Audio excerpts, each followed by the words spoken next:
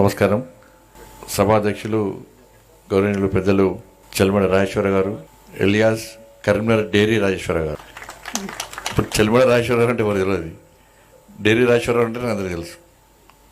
ఆ పేరు రావడం గొప్పతనం, ఎంత కష్టపడితే పేరు రాదు.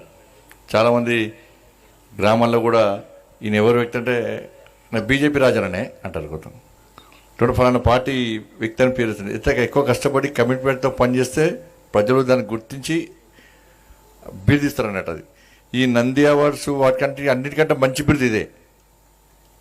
ఆ పేరు రావడం గొప్పతనం. వాళ్ళు విశేషమైనటువంటి మీ అందరు కూడా బోర్డు మెంబర్స్కు, విశేషమైన వివిధ పార్టీల నాయకులకు, రైతు సోదర సోదరిమణులకు, సిబ్బందికి, పాత్రికేయ మిత్రులందరూ కూడా హృదయపూర్వక నమస్కారాలు.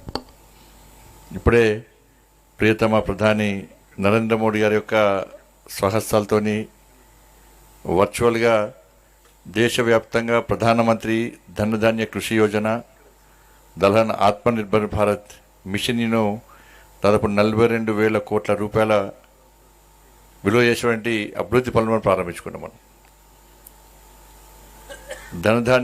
ప్రధానమంత్రి ధనధాన్య కృషి యోజన ద్వారా దేశవ్యాప్తంగా ఇలా 100 జిల్లాలను సెలెక్ట్ చేసుకునేది కేంద్ర ప్రభుత్వం. ప్రతి సంవత్సరము 24,000 కోట్ల రూపాయల బడ్జెట్ను దానికి కేటాయించడం, ఈ జిల్లాలకు 6 సంవత్సరాల పాటు అన్ని విధాలా సహకరించడం. దానిలో తెలంగాణ రాష్ట్రంలో నారాయణపేట్, గద్వాల్, నాగర్ కర్నూల్, జన్గాం జిల్లాలను తెలంగాణ రాష్ట్రంలో ఇలా కేంద్ర ప్రభుత్వం ఇలా ఎన్నిక సెలెక్ట్ చేసి సహకరించే ప్రయత్నం చేస్తున్నది.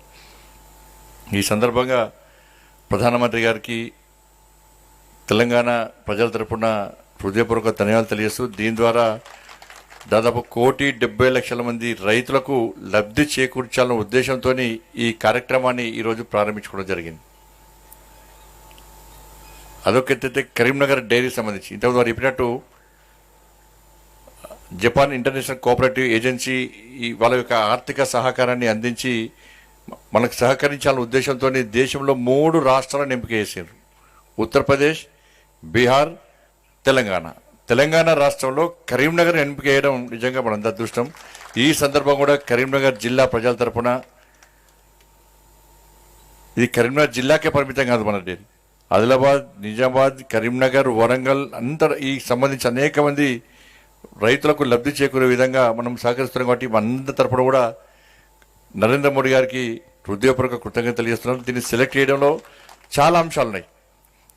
కరీంనగర్ డైరీ చరిత్ర 27 సంవత్సరాలు. వారప్పుడు యూనియన్ అధ్యక్షునిగా ఉండి, దాని తర్వాత పాల వ్యాపారం ప్రారంభించి యూనియన్ అధ్యక్షుడిగా ఉండి, కరీంనగర్ మిల్క్ ప్రొడ్యూసర్ కంపెనీ లిమిటెడ్ను వారు ప్రారంభించి, దీన్ని రాజకీయాలకు అతీతంగా, పార్టీలకు అతీతంగా, వ్యక్తులకు అతీతంగా కేవలము రైతులకు న్యాయం చేయాలి, ఇక్కడ ప్రజలకు, యువతకు ఉపాధి కల్పించాలని చెప్పి ఒక ఆలోచనతో, ఒక మంచి దృక్పథంతో వారు ఒక మంచి సేవ చేసే ప్రయత్నం చేస్తున్నారు. కాబట్టి వాళ్ళ కరీంనగర్ డైరీ అంచెలంచెలుగా ఎదిగిన విషయాన్ని మనం గుర్తించాల్సిన అవసరం ఉన్నది.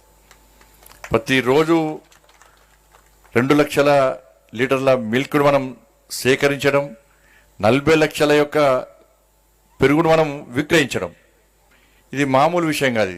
ఇది చాలా గొప్పతనం. ఇదంతా కూడా దాదాపు 600 మందికి ప్రత్యక్షంగా ఉపాధి కల్పిస్తున్నాం, 5,000 మందికి పరోక్షంగా ఉపాధి కల్పించే ప్రయత్నం చేస్తున్నాం. 1,00,000 మంది రైతులకు ప్రతిరోజు కూడా ఏదో వాళ్ళు సేకరించే అభివృద్ధి వాళ్ళు ప్రోత్సహించే ప్రయత్నం చేస్తున్నామంటే ఇది చాలా మామూలు విషయం కాదు. ఇవన్నీ గుర్తించిన తర్వాతనే కేంద్ర ప్రభుత్వం పైరవులకు లొంగది, ఒత్తిడికి లొంగది. వాస్తవాన్ని గుర్తించి మాత్రమే ఇలా ప్రోత్సహించే ప్రయత్నం చేయడం ద్వారానే వాళ్ళు నరేంద్ర మోడీ ప్రభుత్వం ఇలా ముందుకు వస్తున్నది. వాళ్ళ రైతును రాజు చేయడం కాదు, రైతును రారాజు చేయడం లక్ష్యంతో నరేంద్ర మోడీ ప్రభుత్వం పనిచేస్తున్నది. అందుకే ఇటువంటి సంస్థలను ప్రోత్సహించే ప్రయత్నం చేస్తున్నది. అందుకే 2021లోనే ఇలా నరేంద్ర మోడీ గారి ప్రభుత్వం ఇవాళ మిల్క్ ప్రాసెసింగ్ యూనిట్కు ఇలా అప్పుడు ఆర్థికంగా సహాయం చేసే ప్రయత్నం చేసింది. దాని ద్వారా 3 లక్షల లీటర్ల మిల్క్ ప్రాసెస్ యూనిట్ మనకు సహకరించాం. మనం ఈరోజు మళ్ళా దాదాపు 90,70,00,000 రూపాయలతోని 90,70,00,000 రూపాయల యొక్క ఆర్థిక రుణంతో సహాయంతో ఈరోజు 1.5 లీటర్ల యొక్క ఆటోమేటిక్ కర్డ్ యూనిట్ ప్లాంట్ యూనిట్ను కూడా ఇలా సహకరించడానికి కేంద్ర ప్రభుత్వం సహకారం చేసిందంటే ఇవాళ ఈ సంస్థ పట్ల నరేంద్ర మోడీ గారికి కేంద్ర ప్రభుత్వానికి అన్ని రకాల నివేదికలు ఉండి ఇలా రైతులను యువతను అన్ని రకాల ప్రజలను ప్రోత్సహిస్తున్న ఒక ఆలోచన ఉంది కాబట్టే ఇప్పుడు కేంద్ర ప్రభుత్వం ఇలా కరీంనగర్ డైరీని ఈ విధంగా ఆదుకునే ప్రయత్నం చేస్తుంది, అన్ని విధాలా ప్రోత్సహించే ప్రయత్నం చేస్తున్నది. కాబట్టి ఇలా మొదటి నుంచి కూడా ఇలా రాజేశ్వరరావు గారు అంటే మాకు ప్రత్యేక అభిమానం. నేను కార్పొరేటర్గా ఉన్నప్పుడు కూడా ఈ డైరీ ఆస్తులను చాలామంది కబ్జా చేసే ప్రయత్నం చేస్తుంటే వేరే రకంగా ఒత్తిడి తీసుకొచ్చి ఏ పార్టీ అధికారం ఉంటే ఆ పార్టీ వాళ్ళు బెదిరించడం, దీని ఆస్తులను కాజేసే ప్రయత్నం చేస్తుంటే నేను అప్పుడు కార్పొరేటర్గా ఉన్నప్పుడు అనేక ఉద్యమాలు వారికి సపోర్ట్గా చేసిన విషయాన్ని గుర్తు చేస్తున్నాం. అందరు కూడా అరెస్ట్ లేనం, మా మీద కేసులు లేనాయి.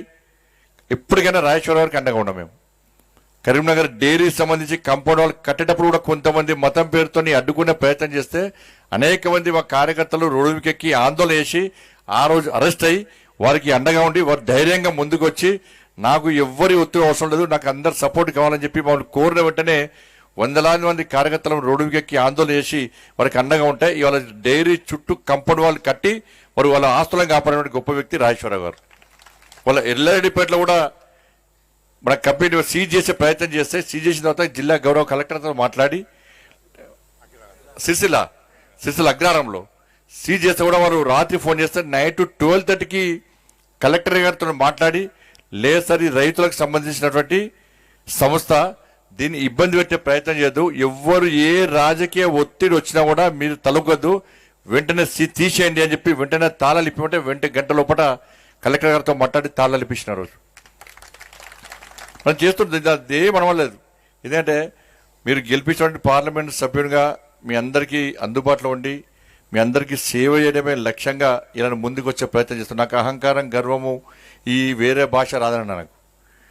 నేను ఏ స్థాయి అయినా కూడా అణిగి ఉంటా, చాలా కింది స్థాయిలో ఉండే ప్రయత్నం చేస్తా, అందరికీ అందుబాటులో ఉండే ప్రయత్నం చేస్తా. కాబట్టి ఇవాళ నరేంద్ర మోడీ గారి ప్రభుత్వం కూడా ఇవాళ అనేక రైతు సంస్కరణలు తీసుకొచ్చి ఏ విధంగా రైతులను ఆదుకుంటారో మనం ఆలోచించాల్సిన అవసరం ఉంది. ఇలా మొన్న చూస్తే మనం విజయదశమి మనకు బంపర్ ఆఫర్ నరేంద్ర మోడీ గారు ఇచ్చారు. వాళ్ళ రైతులకు సబ్సిడీ ఇచ్చారు. వాళ్ళ ట్రాక్టర్ విషయంలోని రైతు పనిముట్ల విషయంలోని మనకి జిఎస్టీ తొలగించి ఏ విధంగా మనని రైతులను ఆదుకునే ప్రయత్నం చేసిండో మనం ఆలోచించాలి ఒకసారి. ఇవాళ ప్రతి సంవత్సరం ప్రతిసారి కూడా రైతు కిసాన్ సమ్మాన్ నిధి ఇస్తున్నాం. ఇవాళ అనేక రాష్ట్రాలు యూరియా బ్లాక్ చేయడము, యూరియా అందించకపోవడము, బ్లాక్ మార్కెట్లో అమ్ముకునే ప్రయత్నం చేస్తూ ఉన్నప్పుడు కూడా ఇవాళ నరేంద్ర మోడీ ప్రభుత్వం అంతర్జాతీయంలో ధరలు పెరిగినప్పుడు కూడా, దేశాల మధ్య యుద్ధాలు జరిగినా కూడా, ఆపరేషన్ సింధూర్ జరిగినా కూడా ఏ రోజు కూడా యూరియా ధరలు పెంచలే, ఎక్కడ యూరియా షార్టేజ్ కానియలే. యూరియా మీద సబ్సిడీ అప్పటి నుంచి ఇప్పటి వరకు ఇస్తున్న విషయాన్ని మనం గుర్తించాలి. కానీ కొన్ని రాష్ట్రాలు దాన్ని గుర్తించకుండా అవగాహన రాహిత్యంతో రైతులకు యూరియా అందించకుండా యూరియాలను ట్రక్కులు టన్నులు లోడ్లు బ్లాక్లో అమ్ముకొని వాళ్ళ రైతులు ఇబ్బంది పడే పరిస్థితి కొన్ని రాష్ట్రాలు వస్తున్నాయంటే దాన్ని రైతాంగం ఆలోచించాల్సిన అవసరం ఉంది. యూరియా షార్టేజ్ కానియలే, యూరియా సబ్సిడీ ఇస్తున్నాం. ఇవాళ పండించిన ప్రతి గింజ నరేంద్ర మోడీ గారి ప్రభుత్వం, కేంద్ర ప్రభుత్వం కొంటున్నది. కిసాన్ సమ్మాన్ ఇస్తున్నాం. ఇట్లా అనేక రకాల ఎంఎస్పి 2014 ముందు ఎంఎస్పి ఎంత, వాళ్ళ నరేంద్ర మోడీ గారి ప్రభుత్వం వచ్చినాక ఈ రోజు ఎంఎస్పి ఎంతనో ఒక్కసారి వచ్చింది. ఆ రోజే 2014 నరేంద్ర మోడీ గారు చెప్పారు, నేను రైతుకు ఆదాయాన్ని రెట్టింపు చేస్తున్నారు. 2014లో ఎంఎస్పి ఎంత 1350. ఇవాళ ఎంత ఎంఎస్పి? ఇవాళ ఎంత నాకన్నా చెప్పే? 2320, 60 డబ్బులైందా లేదా? అంటే ఆదాయం రెట్టింపు చేస్తానని చెప్పాడు. చెప్పిన మాటను పక్కా తూచా తప్పకుండా అమలు చేసినటువంటి వ్యక్తి నరేంద్ర మోడీ గారు. కాబట్టి ముఖ్యంగా రైతుల విషయంలో మాత్రం ప్రత్యేకంగా ఆలోచిస్తూ ఇవాళ అనేక సంస్కరణలు తీసుకొచ్చి ఆదుకునే ప్రయత్నం చేస్తారు. కాబట్టి ఇటువంటి వ్యక్తులను మనం ప్రోత్సహించాల్సిన అవసరం ఉన్నది, ఇటువంటి ప్రభుత్వాలను ప్రోత్సహించాల్సిన అవసరం ఉన్నది. రాజకీయాలకు అతీతంగా ఈ రాష్ట్రంలో ఈ పార్టీ ఉందా, ఆ పార్టీ ఉందా, ఈ వ్యక్తి ఉన్నారా, ఆ వ్యక్తి ఉన్నారా, ముఖ్యంగా నరేంద్ర మోడీ గారికి అన్ని రాష్ట్రాలు అభివృద్ధి చెందుతూనే ఈ దేశం అభివృద్ధి చెందుతుంది అని చెప్పి ఒక లక్ష్యంతో వాళ్ళ పనిచేసే ప్రయత్నం చేస్తున్నాడు. ఎక్కడ ఏం చేయాలో ఆయనకు బాగా తెలుసు. అమెరికా ట్రంప్ ఏం చేసిండు, సుంకాలు పెంచి భారత్ను ఇబ్బంది పెట్టే ప్రయత్నం చేస్తే ఏం చేసిండు, చక్కగా ఏడికి వేయండు, చైనాకు వేయండు. చైనాకు పోయి రష్యాతో మాట చైనా పోతే ట్రంప్ ఏం చేసిండు, ఇలా దిగొచ్చి మళ్ళీ భారత్తో స్నేహం చేసే ప్రయత్నం చేసి ఎక్కడ మోడీ గారు వార్నింగ్ ఇవ్వలే అమెరికాకు, ఎక్కడ ఊకదంపుడు ఉపన్యాసాలు ఇవ్వలే, ఎక్కడ మాట్లాడలే, ఏ జ్ఞానమో చేసిండు. అంటే అటువంటి గొప్ప వ్యక్తి, అటువంటి గొప్ప ఆలోచనల వ్యక్తి ఇవాళ దేశ ప్రధానిగా ఉండడం నిజంగా మనందరి అదృష్టంగా మనం భావించాల్సిన అవసరం ఉన్నది. మోడీ గారు భారతీయ జనతా పార్టీ ఈ పార్టీ ఆ పార్టీ కాదు.